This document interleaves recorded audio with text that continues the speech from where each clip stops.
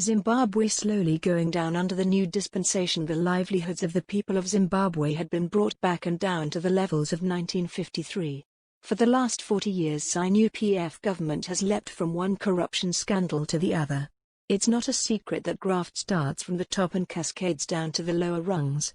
Corruption has significantly retarded the infrastructural development of the country. Everyone who wants to join politics is not doing it for people but for themselves. Some have discovered and found a niche to survive through politics.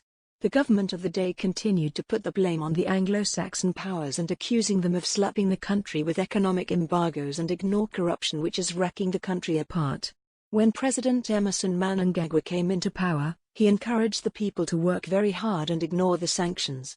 3 years later the Zanu-PF-led government started shouldering the blame on one of the biggest opposition party MDC alliance of working in cahoots with Western powers in maintaining the sanctions in place.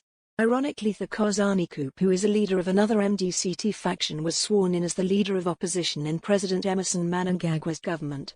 The reports from the state-sponsored newspapers that Zimbabwe is on course to an unparalleled economic rebound built on the foundations of government's reform program, which has stabilized the economy over the second half of the year, are false and full of propaganda. People are not excited by producing new economic blueprints. People want to see the performance of the economy to uplift their standards of living. Zimbabweans have found pride in celebrating mediocrity like commissioning skip bins and bakeries. The state of Zimbabwe's infrastructure currently is an eyesore. I can describe it as embarrassing and pathetic. The country's infrastructure is in a dire state.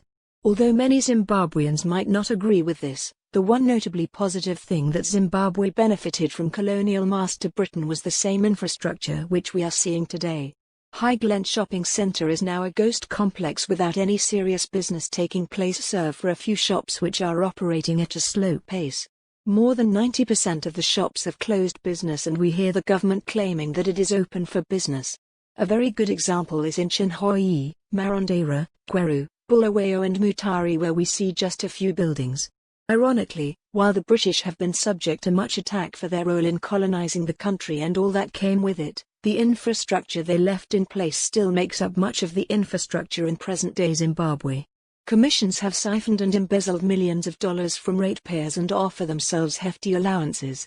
Only Zanu-PF and their affiliates are pushing for commissions to run the councils. Contacts: Facebook, Leonard Coney, Twitter, Adlia Coney, WhatsApp, 27,616,868,508, email coneyleonard606@gmail.com.